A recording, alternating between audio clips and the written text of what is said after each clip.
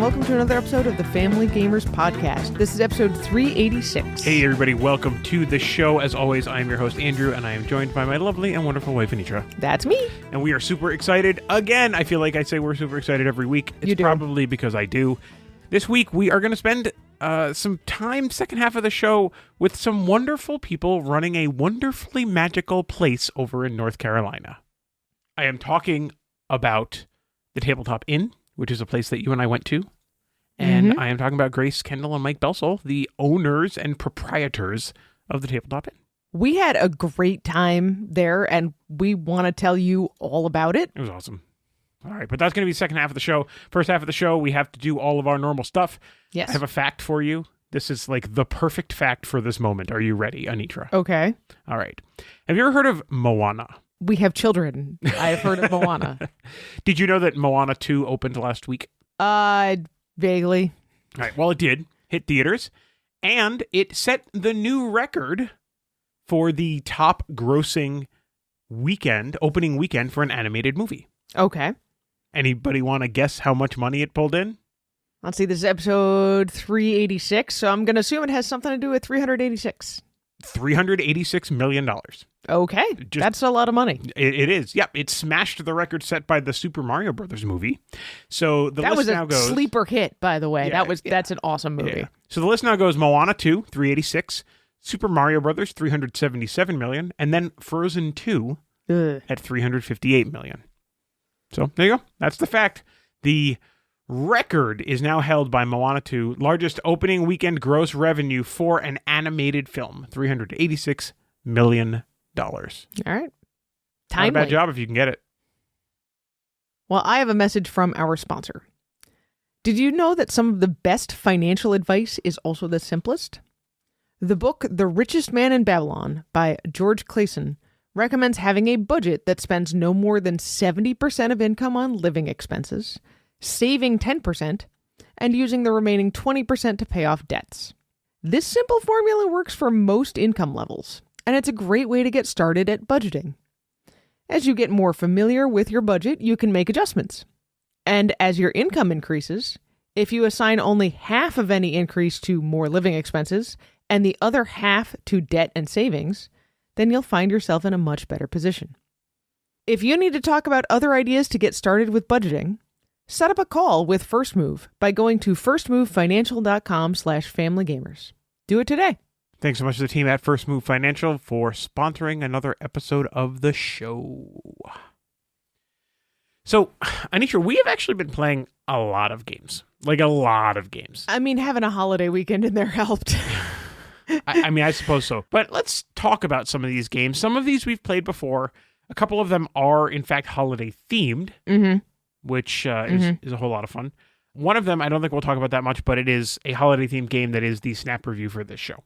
Yes. So lots and lots of games. The first one I want to talk about is the game Little Alchemist from Czech Games Edition. So the more we play this, the more interesting the game becomes. This is definitely becoming a sort of my first deduction game with really a ton of scaffolding that makes it just a tiny bit more complex. As you get better at playing the game, you unlock more boxes that give you more stuff with more rules. So this is basically Alchemists Junior is kind of the idea behind this. And we already mentioned with Grace and Mike said that Alchemist is his favorite game ever. We have not played Alchemist, which I feel like was a missed opportunity that weekend. It just didn't work out. We didn't have quite enough time. I would have loved to. So I can't really compare Alchemist to Little Alchemist, but what I will say is it does exactly what you said. It's my first deduction. It's very straightforward and basic. At the very beginning, it's a little bit rote, but you're still making decisions, which I really appreciate. Yeah, the very, very beginning is where I get the sort of my first deduction game because the first play is very, very simple.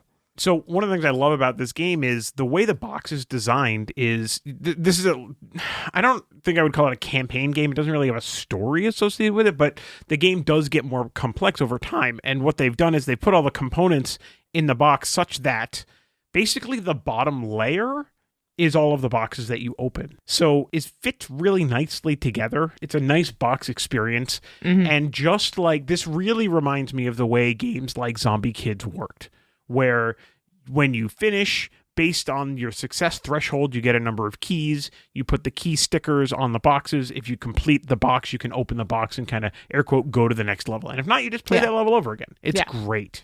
Yeah, you always get something. You always make some kind of progress moving forward, which is really nice. It's really helpful with games like this when you're trying to introduce them to kids. Yeah, it's wonderful. And I think we've just gotten to level 3 or maybe level 4. I don't exactly remember. But one thing I really like is 4. In the book, the way the rule book works is it's basically got stickers that you take off the edges to open the next page and so on and so forth. So as you get to the next level, you take off the next seal, etc. And we just opened one the other night and it says, okay, stop. We've added a bunch of rules. So here's a summary of all of the rules on one page. Yeah. Which I just think is a super smart way to go about organizing the book for this. And yeah, it's getting just a tiny bit more complicated every time, but it really builds on itself. And so it's not overwhelming for anyone to try to figure out. Yeah, it's really nicely structured for that. Yeah, I think they're doing a really good job with that game. And I'm really excited to see where it goes.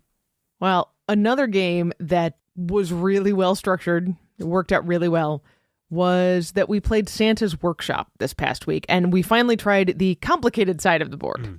Yeah, man, I tell you what, Elf Creek really crushed it with this game. I think that's pretty much where it's real good. This is 2 excellent games. Yes, it is 2 excellent worker placement games. The simpler side is a kinder, gentler, like there's some blocking for folks who are familiar with worker placement.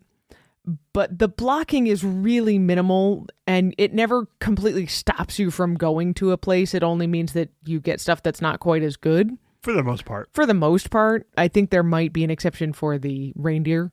But the simple side is a great older kid level game, early worker placement. I mean, I would say... Thematic, great. You say older, I mean, what's older? I think 8 to 10. Yeah, sure. Yeah. And I think the harder side is like 12 plus. Yeah, I agree completely. Yeah. Mm-hmm. I really enjoyed the complicated side, but I'd probably be more likely to jump at playing the simpler one again because it just felt nicer. I just think there's more friendly. There's a higher mental load with the more complicated side. And it is definitely more of a board gamer's game than an intro to worker placement kind of a game. But both of them, I can't say this enough, both of them are really good. Really good. It doesn't feel like there's 2 completely separate games in the box because the game is so strongly themed and both sides have a lot of the same elements in them, but it's pretty close to that. Yeah, it's almost different styles of game with the same theme and the same elements. No, I mean, I definitely think they're both worker placement games. I mean, and they even... Yes, truly they are, but... They have the same general kind of MacGuffins for points. You're collecting sets of reindeer for points. You're building toys for points. Santa shows up 3 times and you get points for that. So like all of those things are all the same, which is why I'm not saying they're 2 completely different games. Like all that stuff is the same. But there's extra complexity on the more complicated side. You can upgrade your elves to offer you extra stuff. There's a little bit more decision space in some of the things that you do. It's just really, really interesting. Again, I think I've said it 5 times. They did a fantastic job with this game. Obviously, the review for this is going to be stellar. I'm not going to hide it. It's going to be coming out in the next couple of weeks. Really, really good game. Santa's Workshop from Elf Creek. Another really good game that we've been playing a ton is Circus Fliccati. I think we've talked about this a bunch recently. Probably. But this is a game that I have seen our kids pick up and start showing friends when they come in the house. So that is high marks right there, that it's so simple to learn and get started with, that our kids, who admittedly are gamers but have learned not to push too hard on their friends, our kids are picking up and be like, let me just show you how this goes. Let's play a game. Yeah, I mean, this is the great Dr. Reiner Knizia. It is. Right? It's a reprint of an older title, but all of the art has been completely replaced. I think, Chad over at 25th Century did an incredible job with the organization of this game. And I really like the art style because it's kind of got some of that whimsical kind of silliness to it, as opposed to these gross photorealistic fleas. Just the idea of collecting the acts of a flea circus, I just, on its face, is very silly. And the game is, like you said, very simple, very easy to understand. We could teach it to people in like 5 minutes. It's great. Yeah, exactly. All right, well, speaking of Chad and 25th Century Games, the next one on the list is another smash hit from the 25th Century team, and that is Green Team Wins Holiday Party. So this is an expansion to Green Team Wins? Yeah, it's just cards, so you would still need the whiteboards and the Green Team, Orange Team markers. You can make it work without that stuff if you're we've talked about that before. Or if you wanted, more than 12 players or 6 players, if you picked up the game in Target or whatever you wanted to do. Mm-hmm. So that's possible, but certainly it works best as an expansion. And, you could even mix these cards in with the cards from the main game if you wanted to. Yeah, you totally could. They have different backs to them, which I really like. It makes them stand out as the holiday style. But who really cares if you're getting a holiday question or a everyday question? They all work really well together. We played with just the holiday questions because that's what we're working on reviewing. Yeah, and it's the holiday time It's the holiday season. I mean, the only thing I'll say about this is it says holiday party. It's really pretty much Christmas. I didn't see any cards for other holidays, and I know there are other holidays during this period of time. I mean, that's fine. Like, I don't have any issues with that. I didn't see any Hanukkah stuff or any of that stuff, so, it's just something to be mindful of. Again, not really a problem, just that's what the game is. But, it's fun. It's more Green Team Wins, and, I can't get enough of Green Team Wins, because even if you play with the exact same cards, if you change even one person in the group, everything is different. So exactly. I love it. It's a brilliant game. Nathan Thornton designed just a killer game here. And, Chad with the publishing on that one, great job. And even though this expansion is just cards, it's not chintzy about it. There are a lot of cards in here with a Christmassy holiday theme of some sort. It comes out in different ways with the different questions, as we saw. Yeah, so core Green Team Wins, you've got fill in the blank best of 3, this or that. Green Team Wins Holiday Party is the same way. There's 35 new cards in each of those. Yeah. So lots of cards in this expansion. So you could play, 7 games in a row with no repeat questions at all. So, yeah, that's a lot. All right, enough about Chad. Yes. Doing a great job, but let's move on. The next game on our list is a game that we finally got to the table. We got this one in for review fairly recently, and this is the game Flower Fields. I do not know how I feel about this game yet. Oh, really? Oh, I love this game. This game's great. We've only played it the one time so far, and I had to focus so much on learning how to play the game that I honestly don't know if I enjoy it or not. Okay. I don't think I don't hate it, but there were a lot of things going on in here which I did not expect from a polyomino placement game. Yeah, so let's talk vitals on this one. So Flower Fields is a polyomino placement game from Horrible Guild. I think it took us about an hour to play with 4 people. Yeah, also we were learning once again. Right, so it plays 1 to 4. It says ages 8+. I think that's probably about accurate.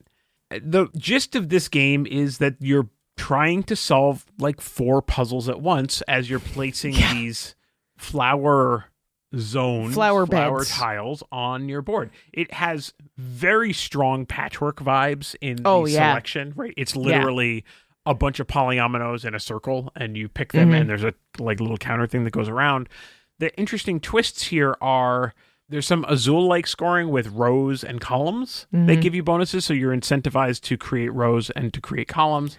But there's also a weird kind of currency in this game with bees. Yeah, well, and they feed into the rest of the scoring is more like King Domino, sort of, that you're scoring your highest scoring area of each color. And the way you figure out how an area scores is you multiply the number of bees in that colored area times the number of flower beds or zones in that colored area.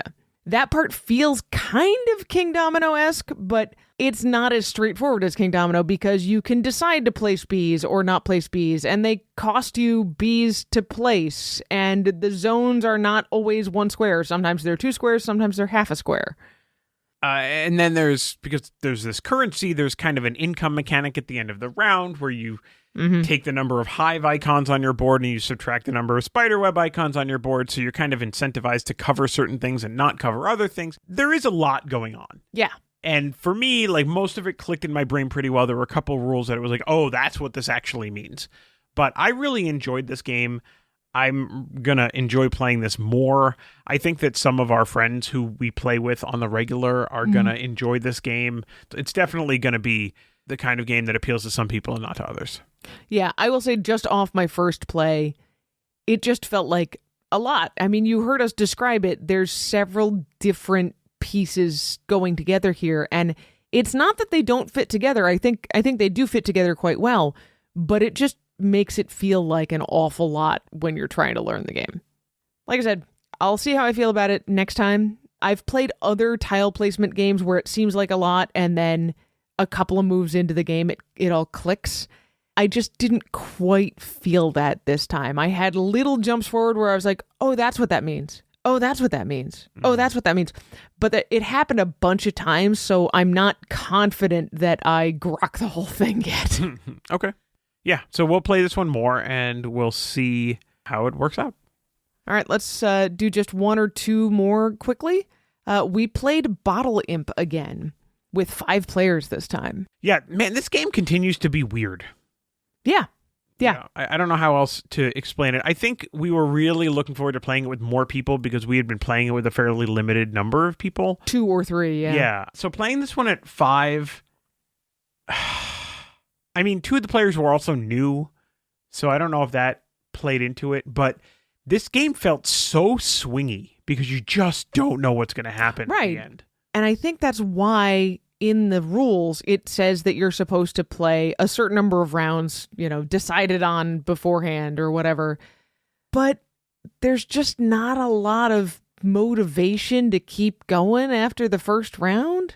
And so that makes it feel even more swingy because a lot of trick-taking games can be swingy. And it's like, okay, we played this round and here's how you score. And, well, you have negative points this time, but better luck next time. And the thing that we found is that playing Bottle Imp, you don't really strongly feel like you want there to be a next time, a next round. We did push through and play, I forget now, 2 or 3 rounds with our 5 players, but it didn't feel like we were getting any more game out of it after the first round. It's still very swingy.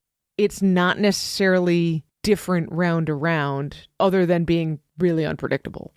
Well, I think the thing about this game, which you've heard this kind of line before, right? This is the trick taker for board gamers. You've heard that kind of thing before. I think that's even more true with this game because I think what's happening with Bottle Imp is there's so much kind of internal calculation about trying to win the tricks that are above the cost of the bottle, trying not to win the tricks that are below the cost of the bottle, that it's very mentally fatiguing. Yeah. And so by the end of the round, you're like, okay, I'm kind of done with this. Like the reward doesn't feel as strong for some reason. And I can't place it, but it's interesting that everybody has felt that way.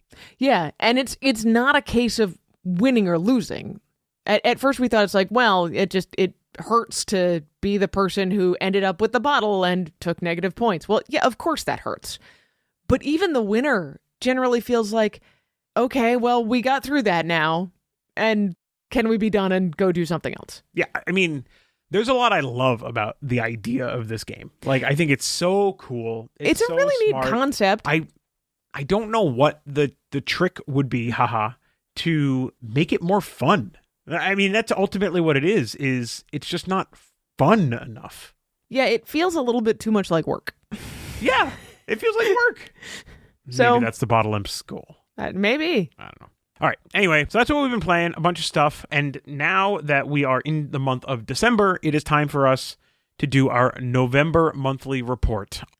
Yeah, I was going to mention one more game, but it's going to come up in the monthly report. So I'll just talk about it then. So how many unique games did you play in November, Andrew? So Even buttressed by our weekend of board gaming, I played 23 plays of 15 unique games. Wow. Yeah, it's been a busy month. Yeah. The most interesting piece here is that more than half of my games were played at 4 players.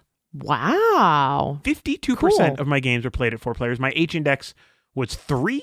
My most played games were Little Alchemists, Kabanga, and Circus Flocati. All right. Yep. So Little Alchemists, a game that we really try to get both boys together to play with us, which is why that's at 4 players a lot. And then Kabanga and Circus Flocati are 2 really, really good party games. Maybe not party games, but higher player count. Count games, yeah.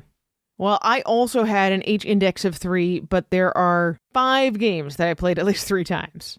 I got in 35 plays in the month of 22 unique games. At least I played more games than you played unique games. I suppose that's true, Mm-hmm. yeah. Interestingly, for me this time around, I played far more games with you than with anybody else. Like, Asher is not even close. He is my number games with me, Anitra. He is my number 2, but I played a dozen more plays with you than I did with him. And of the 5 games that I played at least 3 times, the one I played the most was Boop the Halls, which we're going to put in a review in the break. So I'm not even going to talk about that one, but I am going to talk about one of the other ones I played a lot, which was Tasso Banana. Mm-hmm. So I was really skeptical when we first pulled out Tasso Banana. This is another 25th century European import game. And I was just like, okay, like, it's another dexterity game. You stack stuff. Sure, we'll play it. I have grown to really appreciate 2 things about Tasso Banana as a dexterity game. One, it's an incredibly easy to learn, simple dexterity game. All the pieces are the same. It's just bananas. There are a couple of rules on how you can place them, and you just want to get rid of your bananas. So that part's great. I love simplicity in a game. The other thing is that it's incredibly compact, both for transport and for playing. I never thought we would bring a dexterity game to a restaurant, especially a dexterity game for 5 players. But we did, and we had a great time. Mm-hmm. And it was not overflowing the table or anything. It was perfectly fine. The box for Tasso Banana is more like a magnetic sleeve, and it unfolds because all it's got inside is this large collection of bananas and a couple of little cardboard leaves. And then the inside of the box, when it's unfolded, is both your rules on one sort of arm of it and your play surface on the other arm. And so it's only the size of maybe 2 tarot cards is your real play surface to stack these bananas and try to make sure they don't fall off and try to make sure they don't touch other bananas unless they're stacked, etc., etc., etc. So I think this is going to become a game that I just toss in my bag and pull out whenever I think that we're going to be somewhere for 15, 20 minutes and need to pass some time, because it's incredibly compact for what it is. Yeah, I'm going to play the tired dad card on this one and say that even though games like Numpsters are great games to bring to a restaurant because they're compact, I have to use my brain. So a lot of times, like if we've got the family and we've gone shopping or something and then we're going to stop somewhere for food, I get that it was convenient and all, can I not use my brain for this next 15 minutes? I had to think about what I ordered. I finally ordered my food. I wrangled the children. Yeah. I don't want to use my brain anymore. Stop making me play Numpsters. That's the reason why I don't play games like that in restaurants. Sure. But Tasso Banana is not that. Tasso Banana is just, I can look at the turn when it's my turn and do a little bit of dexterity stuff and move on. And I love that about this game. Yeah. So high praise for Tasso Banana. That is also on our short list to review soon. But I am very much recommending it after originally thinking this just kind of looks dumb. I no longer think it is dumb. It fits a very specific niche, and it does that niche really, really well. It does. All right, guess what, Anitra? It's time to welcome our new Facebook community members. Okay. We should do that. Yep. And I'll get us started by saying welcome to Sherry. Welcome to Barry. Welcome to Eunice. Welcome to Chad? Hey, Chad, how did you get in here? Chat. This episode sponsored by 20... Not really, but anyway, whatever. Welcome to Alyssa. Welcome to Zacchaeus. Welcome to Lauren. Welcome to G. Welcome to Simon. And welcome to Benson. Rose Nyland says hello to all of you. We are super glad that you joined the community. We hope that you're getting some good stuff out of it. You're talking to people. You're asking some questions. We really would love to serve you in any way we can regarding playing games with your kids. Or asking you silly questions and encouraging you to answer them. That's another thing that we do. That is also a thing that we do. So let's dive into some Backtalk. Yeah, we won't take it from our kids, but we want to take it from all of you. So our Backtalk question last time, it was our video game gift guide with guest Steven Dutzman. Our question was, what was your favorite video game this year and or what was your favorite video game of all time? Getting into the comments on Facebook, Aaron says, I think the only game I've had time to play this year was Zelda Tears of the Kingdom. I mean, excellent choice. Right. Best game of all time is tied between Zelda, A Link to the Past, or Final Fantasy VII. Aaron, I knew I liked you when we played board games together last year. Those are some excellent choices. JP says, we're still working our way through Breath of the Wild. And my older daughter is obsessed with creating axolotl farms in Minecraft. But I haven't actually played any 2024 video games yet. That's okay. Maybe Santa will leave something under the tree. There's a game that came out this year that I happen to know is going to be under the tree. Our kids do not, in which there is a little axolotl-like creature who sits on your shoulder. And I'm excited to play that game. So, yeah. And if anybody here knows what game I'm talking about, credit to you. You can leave a comment on the show thread or in the community or something like that. Marie Smith says, I love the Spyro series and the Ratchet and Clank series. Huge agree. I don't know, Marie, if you've had a chance to play the kind of the remade ones that have come out for PlayStation 4. They're really, really good. They basically, soup to nuts, rebuilt the first Ratchet and Clank game, and then Ratchet and Clank A Rift Apart came out. I think it was a native PlayStation 5 game. It's awesome. It's so good. Really, really enjoy it. And then if you listen to the video game show, you heard that some of the Spyro stuff did in fact come to Xbox Game Pass, and I'm supremely excited to get into that sometime soon. Back onto the Discord, Kristen says, I loved this crossover. Thanks, Kristen. My all-time favorites are Ocarina of Time, Pokemon Red, and 007 GoldenEye. Yes! My more recent favorites, although not exactly new, are Hogwarts Battle, Breath of the Wild, and Overcooked. Oh, man, Overcooked. So that's a great game to yell at each other and be angry until the game is over and then not be angry. I'm going to put you on the spot here. So we don't review video games really that much at all, but there have been like 3 in the 8 years we've been doing this. I have a review code for a video game in my Family Gamers inbox. It is a game that says that it's like Overcooked, but it's about being a car mechanic. Do you want to try it out? I mean, we certainly could. All right. Well, then I guess we're going to talk about it on the show. We're going to have to. That is kind of the agreement, yes. Yeah. So I'll let you know how that one goes. Nikki Jordan says, Tony Hawk Underground 2. Now, I was a Tony Hawk Pro Skater fan back in the day, PlayStation 2 time frame, right? I'm not super familiar with Underground as a kind of a different, I don't know if it's a different series or if it's just further along in the same series. I know there are a billion of those games, but certainly Tony Hawk Pro Skater 2, I feel like that was kind of the peak of the series. Is this where I mentioned that there is a whole generation of kids who know Tony Hawk only from his video games and not from his pro skateboarding days? I mean, that makes sense. Yeah. Yeah, like I was never a skateboarder, so you could say that I got to know Tony Hawk through his video games. Well, it would be like Tiger Woods. Isn't he, doesn't he do this other thing? Like, I mean, sure, I guess. Or like kids knowing Snoop Dogg is America's grandpa. Things like that, yeah. All right. Olivier on Discord says his favorite video games include Chrono Trigger, Final Fantasy 6 and 7, Pokemon R, B, and Y. I think that's red, blue, and yellow. Sonic 3, Sonic and Knuckles, Super Smash Bros. On the N64, GoldenEye also on the N64. And then he says, other than Mario Kart, I haven't played too many games from the 2000s. I hate to break it to you, Olivier, but we're in the 2020s now. When you started that list, Anitra, I was like, oh, Olivier's got a type. Yeah.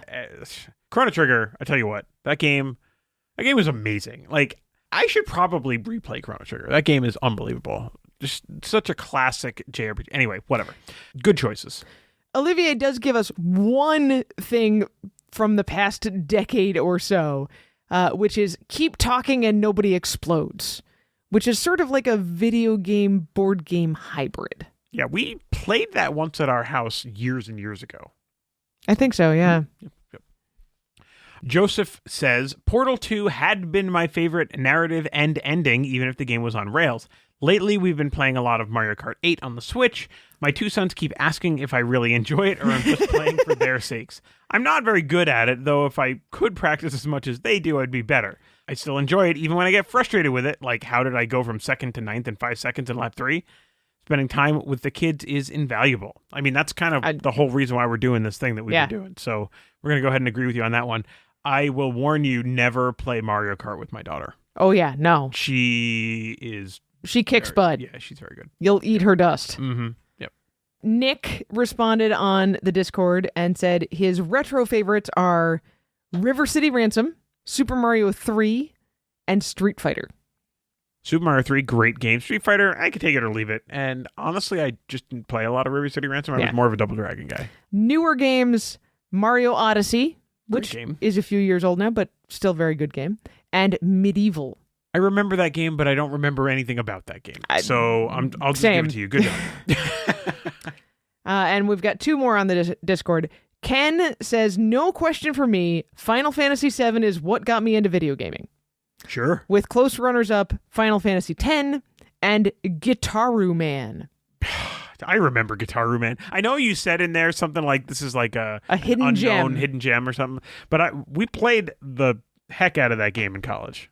A lot of rhythm games in college. I do not remember Guitaru Man. I remember a lot of other rhythm games, but I don't remember that one. Okay, so Anitra and I met in college, so we were friends in college.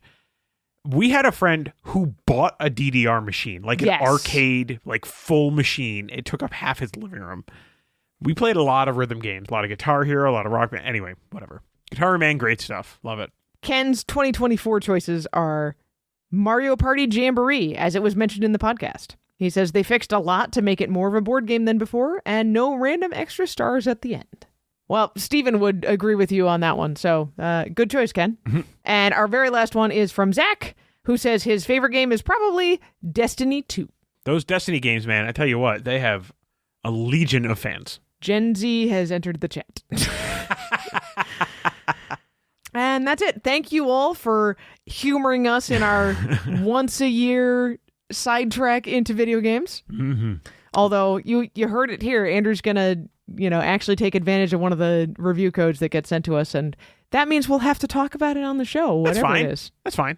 Yeah, we're not gonna write a review, but we'll talk about it. No, we'll talk about it. All right, perfect. We're gonna take a quick break. You're gonna hear that snap review about Boop the Halls. When we come back, we're gonna jump right into our interview with Mike and Grace, and then we'll come back after that. We'll wrap up some stuff. We do have some holiday contest winners to announce. Not all of them have gotten back to us, but we can announce some of those, which is exciting. And then our new Backtalk question, and we'll close out the show. How's that sound? Sounds good to me. All right. We'll be right back.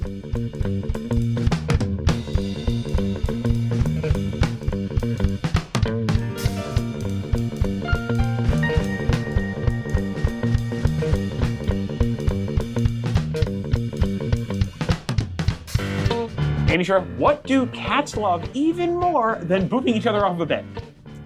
Probably knocking ornaments off of a Christmas tree. I think you're probably right. This is a snap review for Boop the Halls. Boop the Halls is a thinky game for two festive felines by Scott Brady, published by Smirk and Dagger Games. It's a sequel to Boop, which we reviewed back in spring of 2023.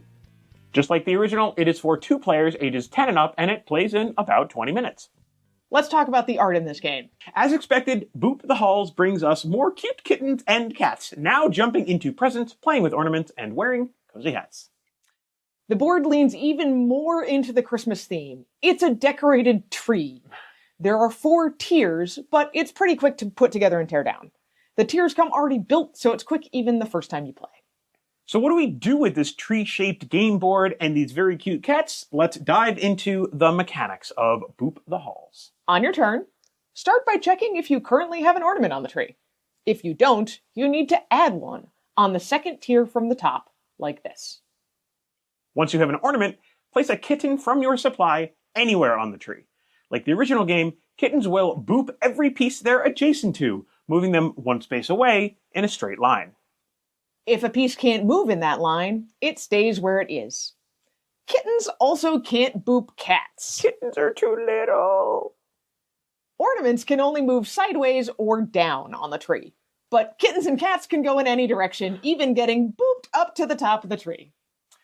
And if you can make a line of 3 of your own kittens, they turn into cats. Remove the kittens from the board and your supply. Then add that many cats to your supply. Anytime you make a line with at least 1 kitten, do this again, removing the line of 3 from the board and upgrading more kittens to cats. What makes cats special?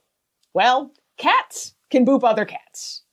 And cats can also pounce on an ornament if they'd normally be booped into one instead.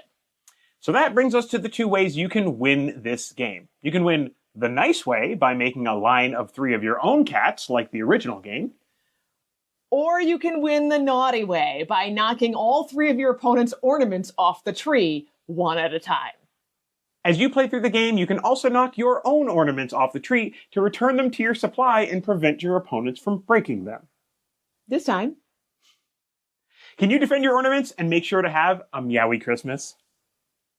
So, what do we expect with this game? Well, we love Boop. The rules are pretty simple, but it makes me think. I love it even though you beat me almost all of the time. I saw the Christmas tree board for Boop the Halls, and I wondered if that was the only change, or if there was anything else that would make this game feel different than the original Boop. I was a little worried it might lose some of its charm if they added a bunch more rules. I really didn't know. There are a couple of these themed boops, with Boop for Halloween and the upcoming Beep Boop with robots. So I knew the rule changes from Boop, and I figured this one would be pretty similar. So let's talk about what surprised us. My biggest surprise is that there were a few more rules than the original Boop, but they make the game even more tactical without really weighing it down. You need to keep track of your ornament on the tree and try to protect it from your opponent's kitties. But that 4-layer board did trip me up a few times. It can be hard for me to mentally connect spaces that are diagonal when they're not actually on the same level.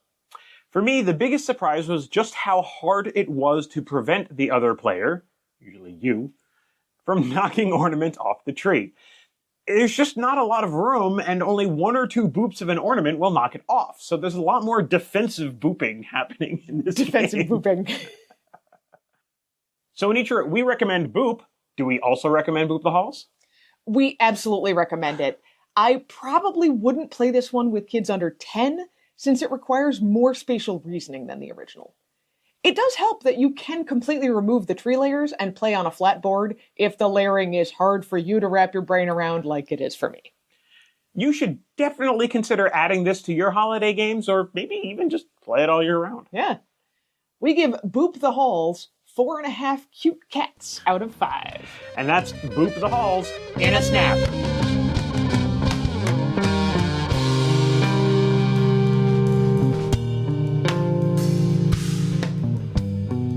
Well, hello, everyone. We are the Family Gamers. And this is cool. This is a different thing than we normally do. We are interviewing some friends of ours, I'm going to say. If you have been watching our social media, we are not at home. As we record this. As we record this. When you hear this, we probably are at home. But the Family Gamers, Andrew and Anitra, we decided to take a weekend away to celebrate our 20th anniversary. Yay, us. And we flew to North Carolina to spend some time at the Tabletop Inn. So we are sitting right now in the Tabletop Inn with Mike Belsole and Grace Kendall. And I'm very excited to be here. And we're going to talk about Tabletop Inn. I want to hear all about this place. So I think let's get started with just talk about the Tabletop Inn. What's going on in this crazy place? Yeah, so this is a board game themed bed and breakfast tucked away in the mountains of North Carolina. So we have a killer view of the Blue Ridge Mountains from our backyard, and then a library of 400 board games inside. And counting. Oh, that's true. Literally today, counting. You're welcome. But we like to say that it's essentially if you could have a sleepover in your favorite board game cafe, that's what we're going for here. Yeah, I love it. Yeah, it's been great. So I feel like we got the executive treatment because Mike has been here all day long, willing to play board games with us if we wanted, but also he would disappear like a good house elf when he was off doing his own thing. But a lot of people, we talked about this earlier, a lot of people don't really know what the true bed and breakfast experience is. Yeah. And so they come in and they have no expectations. So talk about what kind of the concept of a bed and breakfast in general for people that only know AirBNB. And then we can talk about like what's different. I mean, you kind of talked about the board games a little bit already, but so what's a bed and breakfast? Yeah, so I mean, a traditional bed and breakfast would, literally be like, from like taverns of old, like someone would open up their home, right, to travelers and offer them a warm bed and a hot meal in the morning, which is basically a tradition that we're trying to continue, right? So we're not a spot that you just rent on the off chance you need a place and you're just in and out, right? Mm-hmm. We expect guests that want to be here to spend some time to, enjoy a breakfast in the morning, maybe some conversation if they want it. Like, again, like we'll disappear if you need, right? But we're here if you want to play games or whatever. We've tried to make it very inviting and fun as well. Like there's little pockets of fun kind of hidden throughout the B&B that we hope that guests can find and be delighted by. Mm-hmm. I think there's even still some that maybe people haven't found yet, which is, still fun. So, but it's a, traditional bed and breakfast, unlike the Airbnb where you just check in, check out, all you need is that bed for whatever. It's like, you kind of want a more relaxed experience, a more like, I want to be treated like a guest in somebody's home, is essentially what we're trying to do. It's intimate, and the biggest difference is that we live on site, so the hosts are here for whatever you need. Yeah, yeah. I'm still going to hold it against you that you wouldn't let me help clean up after breakfast. But, I guess we're customers, so I'll have to let that one go. Yeah. It's really just when I come to your place, I'm not going to help you. So that's fine. That's also... Yeah, that's okay. That's okay. You'll be sleeping on an air mattress too. So. No, I'll be fighting you to make food. Well, so let's talk about the food. So this morning we had homemade crepes, which were unbelievable. Woo-hoo. They were delicious with bacon and I don't even know what else did we have. There was fresh fruit. Mm-hmm. I mean, it was granola. Yeah. Granola. And don't forget the eggs. Oh, okay. Apparently, if you get on Mike's good side, you can even come up with crazy ideas for food, and he'll just be like, "Yeah, we can try that." So this morning we had bruleed eggs. Yeah, bruleed hard-boiled eggs. So yeah, we talked about it the night before, and I was just like, yeah, we should. I need more excuses to use that kitchen torch that Grace got me, and this is the perfect excuse. So yeah, made hard-boiled egg. Sprinkle a little salt, a lot of sugar on it, brulee it up, and you just pop it in your mouth, and That was delicious. Yeah. Oh, it's so good. So good. Oh, thank you. Yeah. Oh. So, from my experience at the inn, I mean, every room has games in it. Except the bathroom, thankfully. Give it time. Never say never. Yeah. There's a toilet paper tic-tac-toe rack in the hall bathroom. Yeah. Fantastic. So if the names Mike and Grace sound vaguely familiar, we have mentioned them before on the Family Gamers podcast because they are actually the creators of Smug Owls, which is a game that we absolutely adore. And I love that there's 6 copies on the shelf behind you. Just a subtle little, just in case kind of a thing. Yeah, that's right. If you enjoy this breakfast, you might also enjoy Smug Owls. Right. Smug Owls pairs very well with coffee, with water, with whatever you might think of, But, I think that for me, at least, Anitra, I've been talking a lot, so, I'll yield the floor gladly at any moment. Just kick me under the table.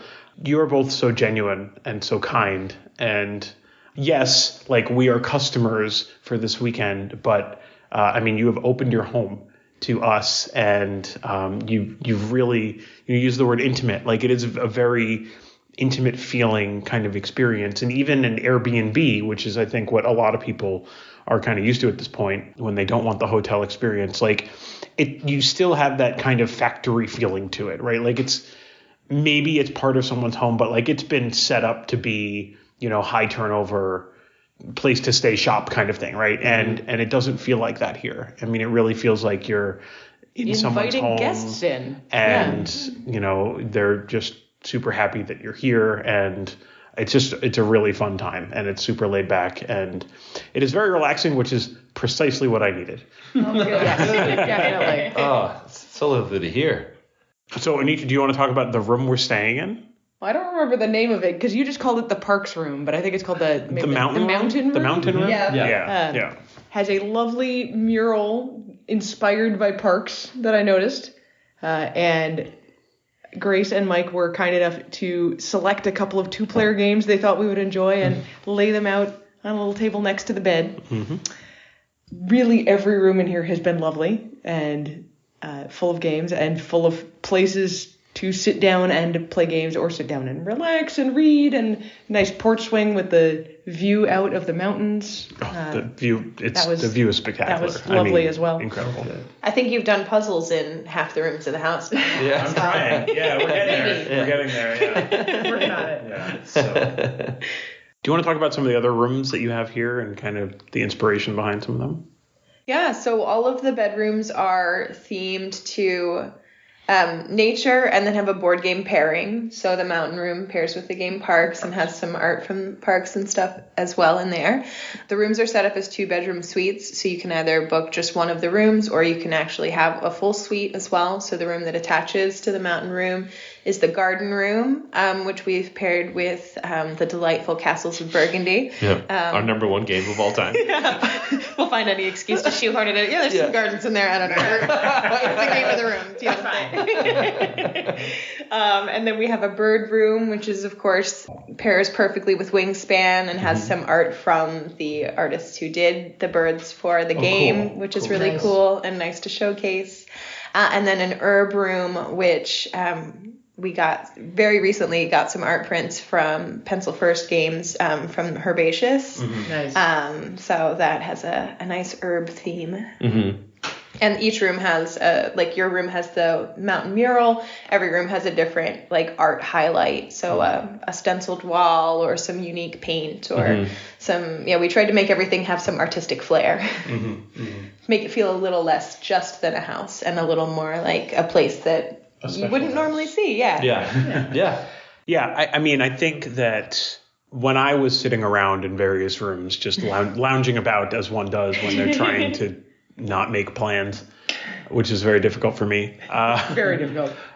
One of the things I appreciate the effort. That struck me was that you have a lot of fun nerd stuff that nerds would be envious of you having, which fits the decor. And I think it's you have the art in your living room is like, I've seen them before. I think you can get them on BGG or something like that. The artist series. The artists, they're just gorgeous prints. Yeah. And they're just awesome, and I love them. But I don't know if I would put them on the walls in my living room because it's like kids and whatever, and it's just like, it's nice. It's a nice thing to come and see, and it's just super lovely. You mean you don't have a hallway in your house that you've wallpapered with board game boards? That is so cool, by the way. I do think I need to take a picture of that and bring it home and show it to the kids because that's pretty out of this world. And probably put it in the show notes for this episode somewhere. Yeah, why not? Yeah. We'll slap a picture or two in there. Yeah, that'd be fun. So what? No, don't be shy, but describe your perfect guests. Ooh. One's wearing glasses and a family game. But I mean, I guess what we were talking earlier, and you had said something like, "Oh, you're the first actual board game people to come and stay at the end because you opened the weekend of Hurricane Helene." Was that the one that really wrecked things up here? Yeah, our first guest came in on the Friday that Helene struck this area into Saturday morning. Mm-hmm. Yeah. Right. So if we're the first, I mean, I have to think that there kind of was a thought that the board game people would be not necessarily the ideal guest, but maybe who some of this was targeted for. So if you were talking to people that are listening to this, which ones would be wanting to pull on the heartstrings of to have them come visit? All of the people listening to this are targeted. I mean, to be perfectly work frank, with me here, I mean, really, like, we designed this place to target our super fan, right? So who loves board games? Who loves being delighted? Who loves being taken care of? Just, again, everything that, all the kind of, like I talked about earlier, like the secret things, like people who would just, I don't want to spoil anything, but like people who would open a drawer and then be like, oh, like, that's there, like that kind of thing. Really, like, I mean, families with their kids, like Grace mentioned, we have suites, so that have connecting bathrooms between them. So, like the parents can stay in one room and the kids can have their own room, in a hotel setting kind of thing, have that autonomy, but they're all, still kind of together as one unit. And then, coming out here and enjoying the games in every which corner, I mean, the ideal guest is someone here who really appreciates the mountain escape aspect of the place as much as like the games as well. Because I mean, everyone has mentioned the view, and we're also less than 5 minutes from like civilization, right? So like, part of the reason this house was the perfect place to open a bed and breakfast was it feels like a mountain getaway with all of the comforts of everything you would expect. You don't have to drive, a mile down the road just to get out of our driveway, right? And still experience kind of the solitude of this space, It is incredibly peaceful. Like just sitting on the back. I mean, you could be 50 miles from civilization, or 1. But instead we're a mile from downtown Marion. Mm-hmm. Right. Well, and let's talk about Marion. So we're about 40 minutes east of Asheville. Is Correct. that? Yeah. So is Asheville Airport like up and running? Yep. They're good. They're good. Okay. Mm-hmm. So we flew into Charlotte to come up here. So we haven't gone into Asheville, but today it was a nice day. So we went down to the Greenway, which is a lovely 3.5 mile walk along the river. Nice paved walk. Yep.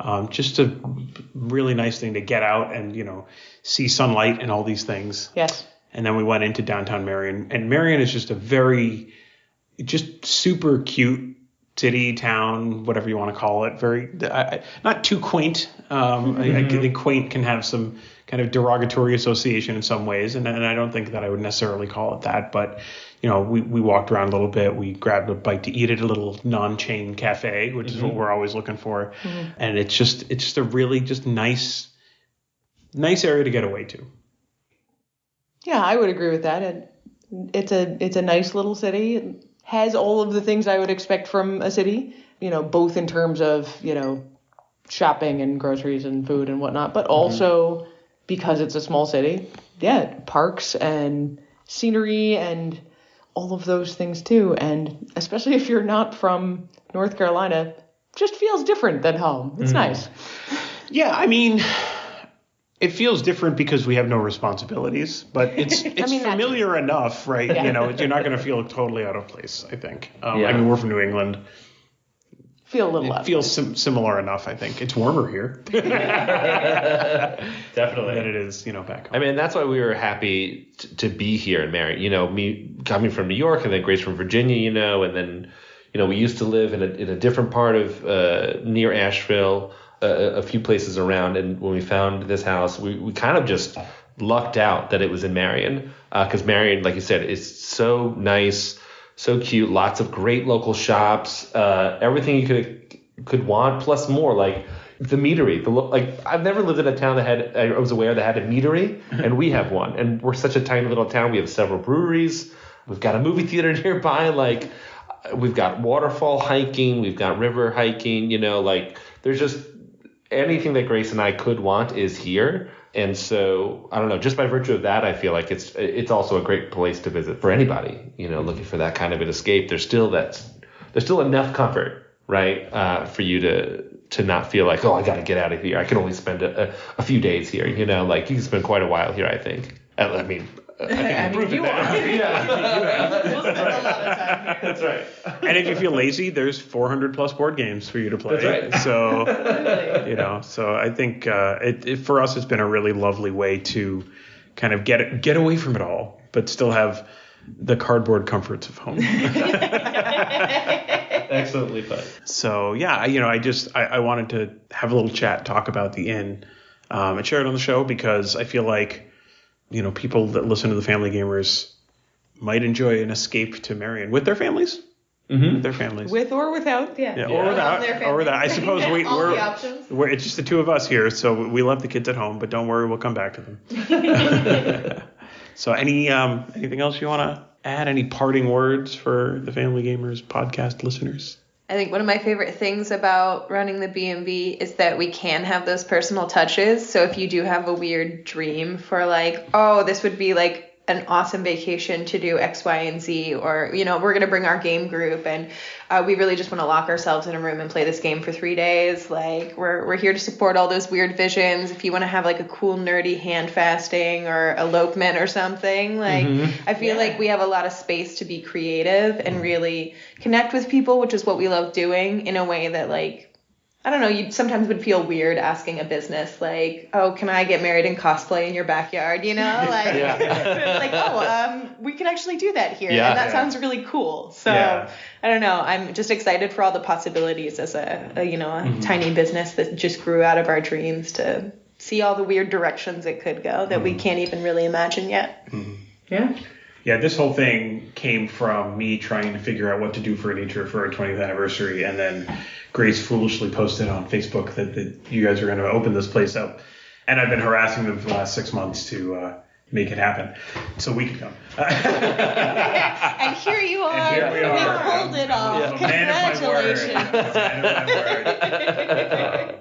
But the whole time you've been super open about what kinds of things do you want, what do you need, like what can we, whatever, all those things, and because it's truly just the two of you running this place, I mean that's a really cool part of it too, is the human touch. I think is really great. It's really great. And Mike is absolutely insufferable. He will make you food whether you like it or not, and it will be delicious, and you will eat it. And you will eat too much, and you will skip lunch. Well, just get ready for tomorrow's food when Grace takes the spotlight. All right, I'm ready for it. Let's do it. So anyway, so we just wanted to take a couple minutes to talk to you guys about the inn, and I mean it's a super cool thing you guys are doing, and Thank you. I hope lots and lots of people come. So go to tabletopinn.com. Pretty easy to remember, and book your visit today. Thank you all so much for coming. We're very glad to have hosted you. I'm glad to be here. Glad to be here.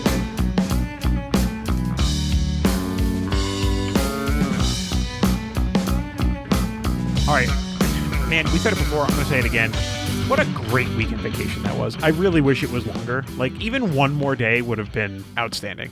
I am really impressed that you were able to hold yourself back and be like, no, I'm not making plans. We're getting here, and then I'm not making any plans. Yeah, I didn't make any. I was like, I got us here. I don't care what we do for the next And you days. had a great time, yeah, didn't we did. you? It was great. It was wonderful. We walked around outside and stuff. And also played lots of board games. And played lots of board games. Marion is the cutest little town. I mean, they say it's a city, but it feels like a town to me. It was a very cute, small city. Yes. Mm-hmm. It was nice. Yeah. Wonderful, wonderful place. Go to tabletopinn.com to check that place out. So, before we talk about the holiday contest, this is probably a good time to mention the new Backtalk question because it's related to vacation. And the question is, what is your best vacation board gaming memory? All right. So, I'm not going to include Tabletop Inn because I think that's cheating, although it's pretty high on the list. My favorite board game vacation memory, do you know what it is? I have some guesses, but you probably know. There's this system or company called Getaway, and they attach them to big cities. Like there's Getaway New York, Getaway Boston, Getaway, I think, LA, maybe Getaway Chicago, whatever. And basically what these are a collection of tiny houses in the woods. And you can just rent them. And you don't have to talk to anybody. You don't have to do anything. You rent it online. They, send you a code for the door. You go in. It's a tiny house. It's very, very small, but it's also very, very quiet, very, very isolated. And the heat worked really, really well, which was good because it was 10 degrees outside when we went to this place. Outside. Yeah. So I don't remember. Was it for your birthday or something? I don't even know what it was, but I booked a getaway for us to go to one of these getaway places, and I think we brought literally a dozen board games. We might have brought more than that, 15 or 18, but I think we played a lot. We played at least a dozen in the time that we were there. Yeah. you're in the woods with nothing to do. And because it was cold, it's not like we're going to sit outside, right? It was cold. Yeah, it was cold. So we did go for a walk at one point. Yes. But it was very, very cold. So mostly we just stayed inside and played a crap load of board games. And it was awesome. Yeah. I mean, that is probably my best vacation board gaming memory as well. Runner-up, you're going to be surprised. Runner-up is years ago on a company trip when I learned to play Tzolk'in. Oh. Okay, just the Tzolk'in part? I mean, I liked the whole trip. But, if you're talking about vacation board gaming, that one stands out to me because throughout the whole experience, by the end of the game, I was like, okay, well, I'm really glad that I have learned this game and played it. I never need to play it again. But thank you all for teaching me and being patient with me as I learned. I think that was your first one of those trips, too. So I think so, yeah. You were really kind of getting into that whole... experience of those special trips. So all right, that's cool. I'm glad to hear that. I hope that you have more special work trip wonderful board game experiences.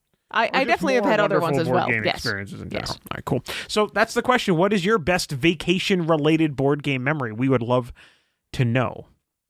Of course, you can tell us all about that on Facebook in the Family Gamers community or on Discord. We'll give you the details for how to get to those in a little bit. But first, we have to talk about some holiday contests. We need to talk about winner chicken dinners of board games. Yeah, winner cardboard dinner. Yeehaw! Let's do it. All right. So we gave away 5 different things. There was a copy, these are brand new in shrink, of Archaeologic, the game from Ludonaut. There's a copy of Patrician Towers of Influence from Calliope Games, a copy of Avant Card from Resonim. There's a copy of Mutton Bustin' from 25th Century Games. And there's a copy of the Holiday Hijinks Master Detective Collection. If you kickstarted it and you won, then it would be basically credited back to your account. You would get a refund on your Kickstarter. So we sent out emails to all of the winners. We got 3 of them back. So we are super happy to say congratulations to Annette for winning a copy of Archaeologic. And congratulations to Nick for winning Patrician. Not that Nick. That Nick is reviewing Patrician. That's actually really funny. But a different Nick has won the other copy we have of Patrician. Yeah, this Nick is even better because we were shipping him a game and he lives in the same state as us. So thank you, Nick. And Mikhail has won our copy of Avant Card. Oh, you will love it, Mikhail. Yes. All 3 of those are already in the mail. You'll be getting them. Actually, by the time you hear this, you probably already have them. Your game. So we hope that you enjoy them. And check your email, people. Check your email. See if you won something else. So, Anisha, we mentioned the Backtalk question. Let's talk about how people can get a hold of us on the internet. So the best place to respond to the Backtalk is either the Facebook community. Get there by going to thefamilygamers.com/community. And join and respond. Mm-hmm. Or on Discord, there's the family tabletop community that we're a part of, and we have a specific Backtalk channel. Go to thefamilygamers.com/Discord to get an invite to that Discord server. Yeah, we'd love to have you there. There's a bunch of other content creators in there as well. It's a really fun place. You can also find us on Facebook in general, on X, on Instagram, on TikTok, on YouTube, and also on Blue Sky. I did it. I made the thing. You did it. All of those, we are at Family Gamers AA for Andrew and Anitra. If you're old school, since we were talking about old school video games, you can email us. Andrew at thefamilygamers.com. Anitra at thefamilygamers.com. All of this information is also always in the written show notes. So if you go to your podcast app and look at the show notes, all of this is there. Or if you go to thefamilygamers.com, literally every podcast of the almost 400 we have done is on there, and all of them have this information at the bottom. Every single one. Mm. Don't forget to check out our Family Gamers and Play Games with Your Kids merchandise. You can still get Christmas gifts. You can? Yep. We've got t-shirts, hoodies, mugs, and more at thefamilygamers.com/merch. And as we talked about the podcast, please subscribe if you have not already, and tell your friends about the podcast.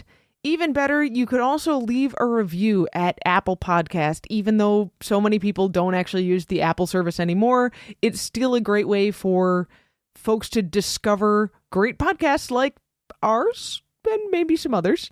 But yeah, tell people how much you like the Family Gamers podcast, because we could always use some more listeners. And you can also find us everywhere fine podcasts are available.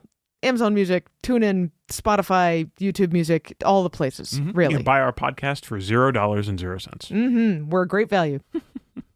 The Family Gamers is sponsored by First Move Financial. Go to firstmovefinancial.com/familygamers to learn how the team at First Move Financial can help you pile up your victory points, like a little horde. Little dragon's horde of victory points. Dragon on your victory points anyway. So we are about to go to PAX Unplugged. By the time you hear this, we have gotten back from PAX Unplugged. There's going to be a whole bunch of interviews coming in the next show. We are supremely excited. We love doing this every year. We're going to have the whole Family Gamers crew. We're all going to be hanging together. It's going to be a great weekend, and we can't wait to tell you about it. But until then, everybody, play games with your kids.